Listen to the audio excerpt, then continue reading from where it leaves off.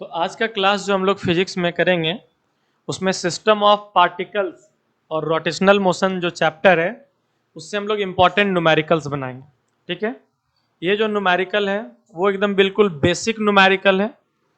ये न्यूमेरिकल जो है वो आपका बेसिक जो कॉन्सेप्ट है इस चैप्टर का वो क्लियर करा देगा। ठीक है, और जो बच्चे झारखंड बोर्ड से हैं उसके लिए ये एनफ है।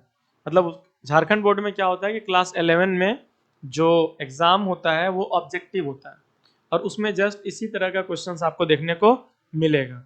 और जो सीबीएसई से हैं उसमें क्या है कि आपका बेसिक ये स्ट्रॉन्ग करा देगा, उसके बाद थोड़ा सा अच्छा न्यूमेरिकल और करना पड़ेगा। ठीक है ना। और कुछ कुछ क्वेश्चंस जो लॉन्ग क्वेश्चंस होते हैं या फिर थ्योरीज जो है वो आपको प्रैक्टिस करना पड़ेगा क्लास 11 के एग्जाम के लिए। तो चलिए सबसे पहले इसमें हम लोग देखते हैं पहला क्वेश्चन क्या है। पहला क्वेश्चन बताइए। पहला क्वेश्चन है the angular velocity of seconds hand of a watch will be. ठीक है, एंगुलर वेलोसिटी होता क्या है। पहले जो अगर कोई ऑब्जेक्ट अगर ट्रांसलेशनल मोशन करता है, सीधा रास्ता पे जाता है, तो एक सेकंड में कितना देर में, एक सेकंड में, एक सेकंड में जितना दूरी ट्रेवल करता है, मान लो ये x मीटर एक सेकंड में जा रहा है, तो इसका लीनियर वेलोसिटी, कैसा वेलोसिटी, लीनियर वेलोसिटी जो है वो क्या कहलाएगा, x मीटर पर सेकंड कहलाएगा।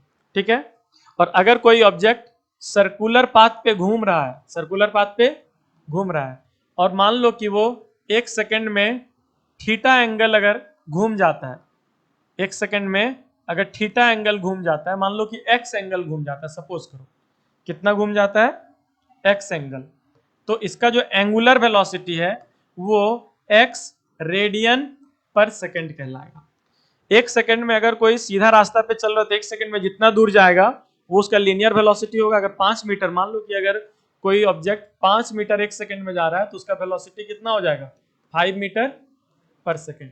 और अगर 5 रेडियन अगर कोई ऑब्जेक्ट सर्कुलर पाथ पे घूम रहा है और एक सेकंड में 5 रेडियन घूम रहा है तो उसका एंगुलर स्पीड हो जाएगा 5 रेडियन पर सेकंड। वेलोसिटी को किससे दिखाते हैं, v से दिखाते हैं, और एंगुलर वेलोसिटी को किससे दिखाते हैं, ओमेगा से दिखाते हैं। समझ पा रहे हैं, कोई डाउट क्या।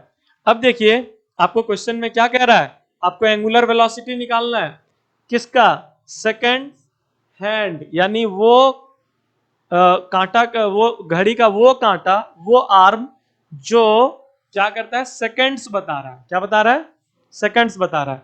तो बताइए कोई घड़ी का जो सेकंड्स हैंड है वो यहां से चल करके एक रोटेशन कितना देर में पूरा करेगा, टाइम कितना लेगा, 1 मिनट। समझ पा रहे हैं, यानी 60 सेकेंड। और यहां पे सेंटर पे एंगल कितना घूमेगा, थीटा इक्वल टू, तो theta equal to 2 pi radian. Centre पे जो टोटल एंगल बनाएगा वो कितना बनाएगा, 2 पाई रेडियन। अब बताओ वेलोसिटी निकालने के लिए, ओमेगा यानी एंगुलर वेलोसिटी निकालने के लिए क्या करेंगे, टोटल एंगल जो घूमा है उस एंगल को टाइम से डिवाइड कर देंगे। जैसे लीनियर स्पीड में वेलोसिटी निकालने के लिए डिस्टेंस या फिर डिस्प्लेसमेंट को टाइम से डिवाइड करते हैं। समझ पा रहे हैं, कोई दिक्कत क्या। तो इसी तरीके से टोटल एंगल कितना हो गया, 2 पाई रेडियन, और टाइम कितना हो गया 60 सेकेंड, तो 2 से कट कर दोगे 30, यानी पाई बाय 30 रेडियन पर सेकेंड इसका एंगुलर स्पीड होगा जो वॉच में सेकेंड्स हैंड होता है। तो इसका आंसर कौन सा सही हो जाएगा, ऑप्शन बी करेक्ट हो जाएगा, इसका ऑप्शन बी करेक्ट हो जाएगा।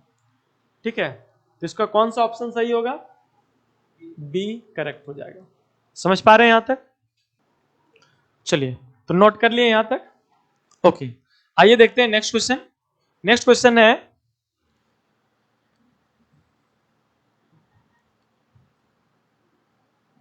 नेक्स्ट क्वेश्चन, क्वेश्चन नंबर 2 है। क्वेश्चन नंबर 2 क्या है, what is the dimensional formula of torque. Torque का डायमेंशनल फार्मूला क्या है। तो चलिए बताइए टॉर्क जो है होता क्या है। टॉर्क जैसे अगर ये एक्सिस है, यहाँ पे कोई ऑब्जेक्ट रखा है और डिस्टेंस उसका आर है एक्सिस से, और आप इस डायरेक्शन में फोर्स लगा रहे हैं, आर और एफ के बीच थीटा एंगल बन रहा है, तो torque equal to vector R cross F, cross product जानते हैं तो आर क्रॉस एफ किसके बराबर हो जाएगा, आर एफ साइन थीटा के बराबर हो जाएगा। तो ये बेसिक फार्मूला है टॉर्क का। अब हमको इसका यूनिट निकालना है। क्या निकालना है, यूनिट। तो बताइए यूनिट अगर आप जानते हैं तो आप इसका डायमेंशनल फार्मूला लिख सकते हैं। तो ये आर क्या बता रहा है, डिस्टेंस बता रहा है, तो ये तो होगा मीटर। और फोर्स, फोर्स का यूनिट पता है, फोर्स का यूनिट होता है केजी मीटर पर सेकेंड स्क्वायर। अगर ये मीटर मल्टीप्लाई हो जाएगा तो केजी मीटर स्क्वायर पर सेकेंड स्क्वायर इसका यूनिट हो जाएगा।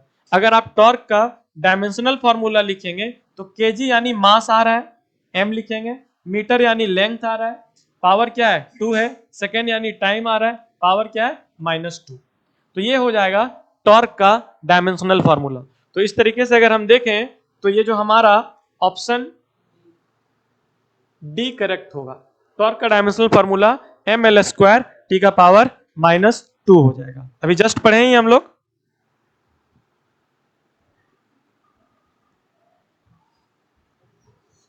लिख लिए। तो चलिए अब हम लोग क्वेश्चन नंबर 3 देखते हैं। क्वेश्चन नंबर 3 क्या है, क्वेश्चन नंबर 3 बताइए। क्वेश्चन नंबर 3 में है कि dimensional formula of moment of inertia, moment of inertia का डायमेंशनल फार्मूला बताना है।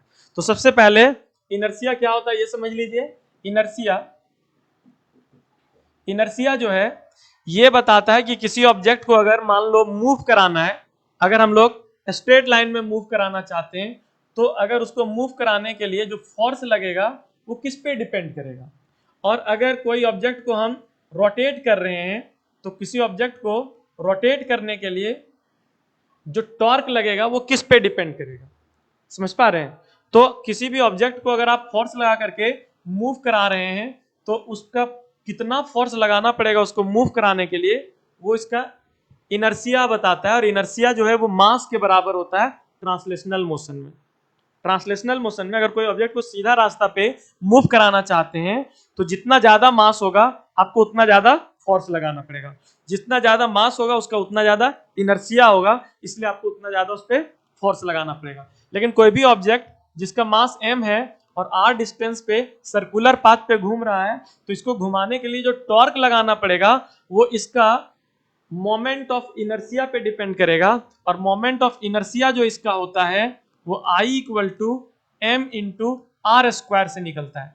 यानी यहाँ पे ऑब्जेक्ट को सर्कुलर पाथ पे घुमाने के लिए जो टॉर्क लगेगा वो सिर्फ इस बात पे डिपेंड नहीं करेगा कि मास कितना है, बल्कि इस बात पे भी डिपेंड करेगा कि वो कितना बड़ा रस्सी में बांध करके उसको घुमाया जा रहा है, यानी सर्कुलर पाथ का रेडियस क्या है। आप कोई छोटा ऑब्जेक्ट को मान लो 1 kg के ऑब्जेक्ट को 1 मीटर रस्सी में बांध करके घुमाओ गोल गोल तो कुछ टॉर्क लगेगा।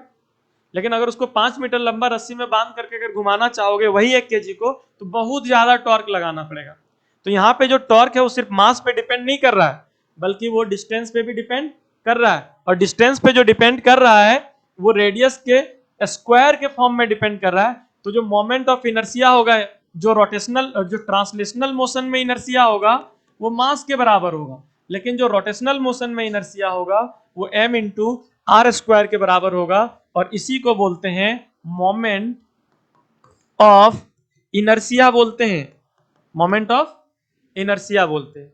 अब इसका हमको डायमेंशनल फॉर्मूला निकालना है। तो बताओ डायमेंशनल फॉर्मूला अगर इसका निकालोगे, डायमेंशनल फॉर्मूला तो m बता रहा है मास, तो मास के लिए कैपिटल M, और r क्या बता रहा है डिस्टेंस, डिस्टेंस के लिए L, और पावर क्या है 2, तो ml स्क्वायर, और टाइम यूज नहीं हुआ है तो उसका पावर 0। तो इसका आंसर क्या होगा जल्दी से बताओ, ml स्क्वायर t 0, यानी ऑप्शन ए इसका करेक्ट हो जाएगा। समझ पा रहे हैं, इसको ऑप्शन ए करेक्ट हो जाएगा। नोट कर लिए? तो चलिए अब हम लोग नेक्स्ट क्वेश्चन देखते हैं। नेक्स्ट क्वेश्चन की अगर बात करें तो ध्यान दीजिएगा क्या कहता है next question, what is the dimensional formula of angular momentum. यानी क्वेश्चन 4 कर रहे हैं हम लोग, what is the dimensional formula of angular momentum. तो एंगुलर मोमेंटम का डायमेंशनल फॉर्मूला क्या होगा। तो चलिए सबसे पहले हम लोग ये समझते हैं कि एंगुलर मोमेंटम होता क्या है। जैसे कोई ऑब्जेक्ट अगर स्ट्रेट लाइन में मूव कर रहा है, स्ट्रेट लाइन में, और इसका मास m है वेलोसिटी v है, तो इसका linear momentum p equal to M भी निकालते हैं, और ये इसका हो गया लीनियर मोमेंटम, लीनियर मोमेंटम। लेकिन अगर हम किसी ऑब्जेक्ट को सर्कुलर पाथ पे जिसका मास m है और उसको v स्पीड से, कितना स्पीड से, v स्पीड से सर्कुलर पाथ पे घुमा रहे हैं, तो इसका जो एंगुलर मोमेंटम होगा उसका डायरेक्शन एक्सिस में मिलेगा, एक्सियल वेक्टर होगा, ये L से दिखाते हैं। पिछला वीडियो में इसको पूरे डिटेल से बता चुके हैं। तो जो L होगा वो L जो होगा m भी r के बराबर होगा, नहीं तो फिर L को आप r क्रॉस p से भी निकाल सकते हैं, नहीं तो फिर आप L को I इंटू ओमेगा से भी निकाल सकते हैं। तो ये तीनों फार्मूला है एंगुलर मोमेंटम का। आप इसका किसी से भी डायमेंशनल फार्मूला निकाल सकते हैं। तो एंगुलर मोमेंटम का अगर डायमेंशनल फार्मूला इससे निकालेंगे तो L इक्वल टू, ध्यान दीजिए, m क्या बता रहा है, मास, तो इसका डायमेंशनल फार्मूला हो जाएगा कैपिटल M। v क्या बता रहा है, वेलोसिटी, डायमेंशनल फार्मूला हो जाएगा L t का पावर -1। और r क्या बता रहा है, डिस्टेंस, लेंथ बता रहा है, तो इसका डायमेंशनल फार्मूला हो जाएगा L। तो अगर एंगुलर मोमेंटम का डायमेंशनल फार्मूला निकालोगे तो m L into L, L square T का पावर -1। तो इसका आंसर जो होगा, इसका जो करेक्ट आंसर होगा वो हो जाएगा आपका बी नंबर। बी में यहाँ पे थोड़ा सा मिस्टेक है, ये जो, सॉरी, ये जो है बी नंबर, 4 नंबर का जो आंसर है वो बी हो जाएगा, और इसमें थोड़ा मिस्टेक है, ये m L स्क्वायर टी का पावर -1 होना चाहिए, यानी m L स्क्वायर टी का पावर -1 होना चाहिए ऑप्शन में। प्रिंटिंग मिस्टेक है थोड़ा, ठीक है, समझ पा रहे हैं यहां तक? तो आइए अब नेक्स्ट क्वेश्चन देखते हैं। नेक्स्ट क्वेश्चन, क्वेश्चन नंबर 5 है। क्वेश्चन नंबर 5 क्या है, देखिए, इन pure translational motion all particles of the body have, sorry ये 6 नंबर था, which of the following is a translatory analogy of torque. ठीक है, तो चलिए सबसे पहले ध्यान से समझिए क्वेश्चन नंबर 5 क्या कह रहा है। क्वेश्चन नंबर 5 में कह रहा है कि अगर किसी ऑब्जेक्ट को रोटेट कराते हैं सर्कुलर पाथ पे, तो उसको सर्कुलर पाथ पे रोटेट कराने के लिए टॉर्क लगता है। क्या लगाना पड़ता है, टॉर्क। अगर हम ट्रांसलेटरी मोशन कराएंगे, कोई ऑब्जेक्ट को सीधा रास्ता में मूव कराएंगे, तो इसके लिए हमको इसमें क्या लगाना पड़ेगा, फोर्स। तो जो ट्रांसलेशनल मोशन होता है उसमें जो काम फोर्स कर रहा है वही काम रोटेशनल मोशन में टॉर्क कर रहा है। तो which of the following is a translatory analogy of torque. तो इसका आंसर क्या हो जाएगा, इसका आंसर हो जाएगा फोर्स। कि ट्रांसलेटरी मोशन में जो फोर्स है वो रोटेशनल या रोटेशनल मोशन में टॉर्क वही काम कर रहा है जो काम ट्रांसलेशन में फोर्स कर रहा है। आइए देखते हैं नेक्स्ट क्वेश्चन। नेक्स्ट क्वेश्चन क्या है, क्वेश्चन नंबर 6 है कि in pure translational motion all particles of the body have. और ये जो चीज अब हम बताने जा रहे हैं जस्ट इसी के कॉन्सेप्ट पे इस बार नीट में क्वेश्चन आ चुका है। अब ये चीज को बहुत अच्छे से समझिएगा, और इसको समझना है अच्छे से। क्या है, देखिए कि अगर कोई ऑब्जेक्ट ट्रांसलेशनल मोशन करेगा, ये एक ऑब्जेक्ट है और ये v स्पीड से मूव कर रहा है। मान लो एक पार्टिकल यहाँ है, एक पार्टिकल यहाँ, एक पार्टिकल यहाँ है, एक पार्टिकल यहाँ है। तो कोई भी पार्टिकल जो इस ऑब्जेक्ट का होगा, अगर ये ट्रांसलेशनल मोशन कर रहा है तो सब पार्टिकल का स्पीड v के ही बराबर होगा, किसी का भी स्पीड कम या ज्यादा नहीं होगा। लेकिन अगर कोई ऑब्जेक्ट रोटेशनल मोशन कर रहा है, अगर कोई ऑब्जेक्ट घूम रहा है, मान लो ये पार्टिकल और इस एक्सिस पे रोटेट कर रहा है, तो यहां से जो दूर में होगा पार्टिकल, जो यहाँ पे होगा, जो यहाँ पे होगा, जो यहाँ पे होगा, वो सबका डिस्टेंस स्पीड जो होगा वो अलग अलग होगा। जो एक्सिस से दूर होगा उसका स्पीड ज्यादा होगा, जो नजदीक होगा उसका स्पीड कम होगा, और जो एक्सिस पे होगा उसका तो स्पीड 0 होगा। समझ पा रहे हैं, उसका स्पीड क्या होगा, 0 होगा। तो जो रोटेशनल मोशन शो करता है, जो रोटेशनल मोशन शो करता है, उस ऑब्जेक्ट का अलग अलग पार्टिकल का स्पीड अलग अलग होता है। लेकिन जो ट्रांसलेशनल मोशन शो करता है उसमें हर पार्टिकल का स्पीड या फिर वेलोसिटी जो भी बोलो सेम होता है। समझ पा रहे हैं? तो यहाँ पे क्वेश्चन क्या है, क्वेश्चन नंबर 6 में कि in pure translational motion all particles of the body have same velocity. Option C correct होगा इसके लिए। तो यहां पे समझ पा रहे हैं? अगर इसको लिख रहे हैं तो लिख लीजिए कि ट्रांसलेशनल मोशन में, किसमें? ट्रांसलेशनल मोशन में जो velocity of all particle will be same, लेकिन रोटेशनल में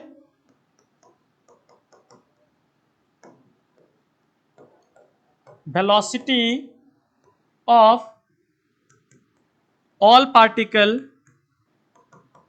विल बी डिफरेंट, सेम नहीं होगा, अलग अलग होगा। यहां पे अलग अलग स्पीड से मूव करेगा हर पार्टिकल। समझ पा रहे हैं यहां तक?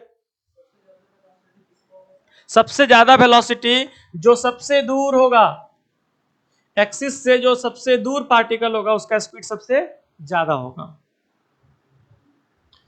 एक बार फिर से बताया जाए तो देखिए, मान लीजिए कि कभी आप ऐसे बचपन में ऐसा गोल वाला झूला में बैठे हैं, जो गोल वाला झूला होता है जिसमें चेयर लगा रहता है, घोड़ा लगा रहता है, ये सब। तो जो घोड़ा लगा रहता है वो सबसे लास्ट में लगा रहता है, और यहां अगर बैठिएगा तो आपका स्पीड ज्यादा लगेगा घूमने का। जो इस एक्सिस से नजदीक में बैठा है उसको लगेगा कि थोड़ा स्लो घूम रहे हैं, और जो और नजदीक बैठा है उसको लगेगा कि और स्लो घूम रहे हैं। समझ में आ रहा है? तो क्योंकि यहाँ पे झूला रोटेशनल मोशन कर रहा है, तो जो जितना दूर में है उसका स्पीड या उसका वेलोसिटी उतना ज्यादा है। तो यहाँ पे हर पार्टिकल का वेलोसिटी अलग अलग मिल रहा है। जबकि अगर लीनियर मोशन हो रहा है, अगर एक लाइन में अगर ऑब्जेक्ट मूव कर रहा है, ट्रांसलेशनल मोशन हो रहा है, तो हर पार्टिकल का स्पीड सेम रहेगा। जैसे बस में बैठा हुआ आदमी, चाहे वो आगे बैठा हुआ है, पीछे बैठा हुआ है, छत पे बैठा हुआ है, कहीं भी बैठा हुआ है, सबका वेलोसिटी सेम रहेगा जब बस चलेगी तो, किसी का अलग नहीं रहेगा। लेकिन जो गोल गोल घूम रहा है उसमें जो दूर बैठा है उसका स्पीड ज्यादा होगा, जो नजदीक है उसका स्पीड कम होगा। समझ पा रहे हैं? ये चीजें आपको देखने को मिलेगी। तो 6 का आंसर क्या हो जाएगा, जल्दी बताइए? सी हो जाएगा। क्लियर है यहां तक? नेक्स्ट क्वेश्चन देखें। तो चलिए नेक्स्ट क्वेश्चन में, नेक्स्ट क्वेश्चन में जो है क्वेश्चन नंबर 7, कपल क्या होता है? सबसे पहले तो ये समझिए कि मान लो कि एक रॉड है, क्या है? रॉड है, और ये मिड पॉइंट पे फिक्स है रोटेट करने के लिए। इसका जो फिक्स पॉइंट है वो इस जगह पे है, और इससे ये रोटेट कर सकता है। एक फोर्स इधर लग रहा है F, ये फोर्स लग रहा है F, इसका डिस्टेंस अगर A है और इसका भी डिस्टेंस A है, और ये भी फोर्स F है।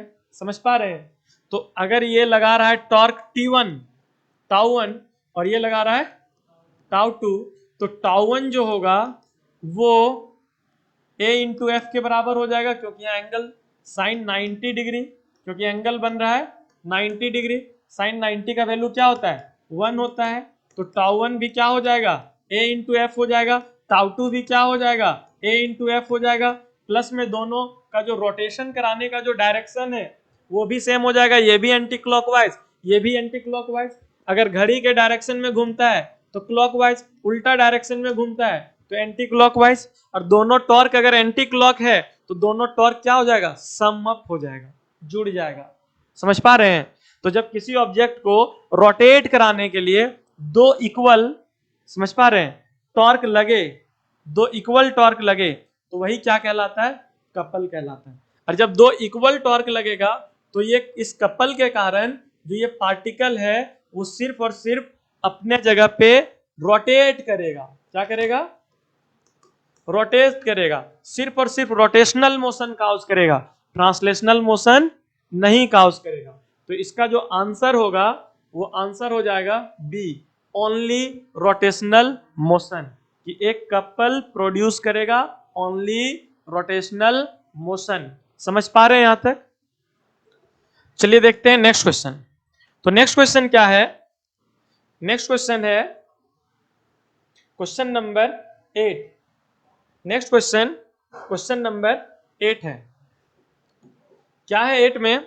The product of moment of inertia and angular velocity is called. The product of moment of inertia and angular velocity is called. क्या कहलाता है प्रोडक्ट किसका? इनर्शिया का और एंगुलर मोमेंटम का। तो चलिए ध्यान से समझिए, अगर कोई ऑब्जेक्ट स्ट्रेट लाइन में मूव कर रहा है जिसका मास m है और वेलोसिटी v है, तो इसका प्रोडक्ट क्या कहलाता है? मोमेंटम। मास इंटू वेलोसिटी क्या कहलाता है? लेकिन जब कोई ऑब्जेक्ट रोटेट करता है सर्कुलर पाथ पे, तो इसका ट्रांसलेशनल मोशन में जो मास है वही इनर्शिया है, जो मास है वही इनर्शिया है, और जो रोटेशनल मोशन में जो इनर्शिया होता है वो m इंटू आर स्क्वायर होता है। तो यहाँ पे इनर्शिया इंटू वेलोसिटी है, इनर्शिया इंटू वेलोसिटी है, और जो सर्कुलर पाथ पे घूमता है उसमें एंगुलर वेलोसिटी होता है। क्या होता है?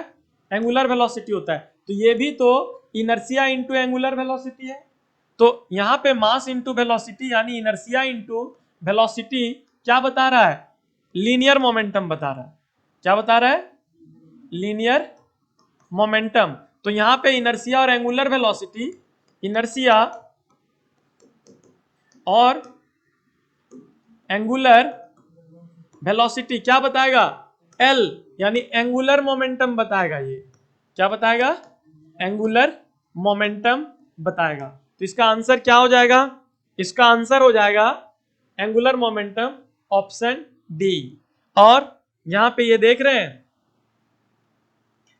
पीसी इंस्टीट्यूट, आप अगर लाइव क्लास करना चाहते हैं तो इसके यूट्यूब चैनल पे जाइए, पीसी इंस्टीट्यूट पे, ठीक है। यहाँ पे हम लाइव भी पढ़ाते हैं फिजिक्स, ठीक है।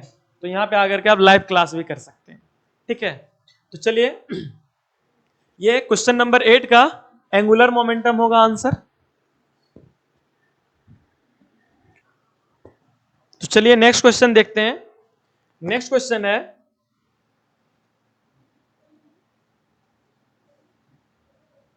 Question number 9। नेक्स्ट क्वेश्चन है, क्वेश्चन नंबर 9 में क्या है, पढ़िए जल्दी से। क्वेश्चन नंबर 9 है, the moment of inertia of a body does not depend upon its. कि जो मोमेंट ऑफ इनर्शिया है वो किसी बॉडी का, वो किस चीज पे डिपेंड नहीं करता है। तो चलिए सबसे पहले समझिए मोमेंट ऑफ इनर्शिया क्या होता है। कि ये अगर एक्सिस ऑफ रोटेशन है, एक्सिस ऑफ, और इससे r डिस्टेंस पे कोई मास m है, तो इसका inertia I equal to M R square होगा। मोमेंट ऑफ इनर्शिया क्या होगा?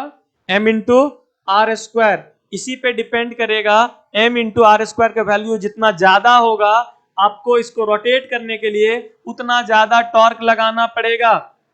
समझ पा रहे हैं? ओके, तो किस चीज पे डिपेंड नहीं करेगा? मास पे तो डिपेंड करेगा, रेडियस पे तो डिपेंड करेगा, यानी डिस्टेंस पे तो डिपेंड करेगा। चलिए देखते हैं, different orientation of axis, nature of distribution of mass, angular velocity, axis of rotation. तो देखो छोटू, होता क्या है कि अगर मान लेते हैं कि इस तरह का कोई ऑब्जेक्ट है, मान लो आपका कॉपी, ठीक है। आप अपने कॉपी को एक बार यहां एक्सिस मान करके रोटेट कराइए। क्या रोटेट कराने में जो टॉर्क लगेगा, आप उसको फिर बीच में पकड़ करके घुमाइए, क्या उस टॉर्क के बराबर होगा? नहीं। आप नोटिस करेंगे कि अपने कॉपी को साइड में पकड़ करके घुमाएं, साइड में पकड़ करके घुमाएं। हम फोन घुमा करके दिखा रहे हैं, अगर हम मान लो कि फोन को ऐसे घुमाएं, यहाँ पे एक्सिस ले करके, और फिर फोन को यहाँ पकड़ करके घुमाएं, तो इस टाइम टॉर्क ज्यादा लगेगा। समझ पा रहे हैं? और यहां से पकड़ करके घुमाएंगे तो टॉर्क कम लगेगा। यानी एक्सिस चेंज करने से टॉर्क चेंज हो जा रहा है, और टॉर्क डिपेंड करता है इनर्शिया पे। इनर्शिया ज्यादा रहेगा तब टॉर्क ज्यादा लगेगा, और इनर्शिया कम रहेगा तो टॉर्क रोटेशन कराने में कम लगेगा। तो यानी एक्सिस चेंज करने से, एक्सिस ऑफ रोटेशन चेंज करने से चेंज होने लगेगा इनर्शिया। डी ऑप्शन करेक्ट है। Nature of distribution of mass, अगर मान लो ये एक्सिस है, पहले मास यहाँ पे है तो इसका इनर्शिया इतना मिल रहा है, अगर यही मास को दूर में रख दिया जाए तब तो इनर्शिया ग्रेटर हो जाएगा ना, क्योंकि आर स्क्वायर का वैल्यू बढ़ जाएगा। तो nature of distribution of mass पे भी डिपेंड करेगा inertia. Different orientation of axis, वही चीज को तो बता रहे थे, अगर एक्सिस को हम रोटेट कर दें, यहाँ पे एक्सिस है, यहाँ ले जाए और घुमाए, तो अलग अलग डायरेक्शन में एक्सिस लेने से अलग अलग मतलब टॉर्क लगेगा, और अलग अलग टॉर्क लगने का मतलब है कि इनर्शिया जो होगा वो अलग अलग होगा। तो इनर्शिया आपका किस किस चीज पे डिपेंड कर रहा है? इनर्शिया आपका डिपेंड करेगा डिफरेंट ओरिएंटेशन ऑफ एक्सिस पे, और किस पे डिपेंड करेगा? Nature of distribution of mass पे, और किस पे डिपेंड करेगा? एक्सिस ऑफ रोटेशन पे। और सिर्फ डिपेंड नहीं करेगा किस पे? एंगुलर वेलोसिटी पे। एंगुलर वेलोसिटी पे इनर्शिया डिपेंड नहीं करता है। समझ पा रहे हैं? तो इसका ऑप्शन क्या हो जाएगा? सी जो है वो इसका ऑप्शन आंसर हो जाएगा। तो चलिए अब क्वेश्चन नंबर 10 देखते हैं हम लोग कि क्वेश्चन नंबर 10 क्या कह रहा है। तो क्वेश्चन नंबर 10 पढ़िए, क्वेश्चन नंबर 10 को, the product of moment of inertia and angular acceleration is called. कि मोमेंट ऑफ इनर्शिया और एंगुलर एक्सेलरेशन का जो प्रोडक्ट है वो क्या कहलाएगा? तो क्वेश्चन नंबर 10 की अगर बात करें तो सबसे पहले लीनियर मोशन यानी ट्रांसलेशनल मोशन में आप एक चीज देखिए, ट्रांसलेशनल मोशन में जो फोर्स होता है वो मास इनटू एक्सेलरेशन के बराबर होता है। अगर कोई ऑब्जेक्ट सीधा रास्ता पे मूव कर रहा है, स्ट्रेट लाइन में चल रहा है, तो मास ही इसका इनर्शिया है, और ये क्या है? एक्सेलरेशन है। और क्या मिल करके दे रहा है? फोर्स दे रहा है। इसी तरीके से अगर कोई ऑब्जेक्ट सर्कुलर पाथ पे घूम रहा है तो उसका जो इनर्शिया और जो एंगुलर एक्सेलरेशन है वो दोनों मिलकर के क्या देगा? एंगुलर एक्सेलरेशन को हम लोग अल्फा से दिखाते हैं। किससे दिखाते हैं? अल्फा से। तो अल्फा इंटू इनर्शिया करेंगे तो टॉर्क मिल जाएगा। क्या मिल जाएगा? टॉर्क मिल जाएगा। तो torque equal to inertia into angular acceleration. जैसे यहां इनर्शिया और एक्सेलरेशन मिलकर के फोर्स दिया जिसके कारण वो रोटेट मूव कर रहा था स्ट्रेट लाइन में, यहाँ पे तो सर्कुलर पाथ पे घूम रहा है, तो inertia into alpha, inertia into angular acceleration multiply करोगे तो टॉर्क मिल जाएगा, जिसके कारण ये सर्कुलर पाथ पे घूमता है, टॉर्क लगाने से घूमता है। समझ पा रहे हैं? तो इसका आंसर क्या हो जाएगा 10 नंबर का? जल्दी से बताइए। ऑप्शन बी करेक्ट हो जाएगा, टॉर्क। ठीक है, तो आज के वीडियो में यहीं तक। आज हम लोगों ने 10 क्वेश्चन किया और बहुत सारा, इसमें टोटल 75 क्वेश्चंस है। नेक्स्ट क्लास में और क्वेश्चंस को डिस्कस करेंगे।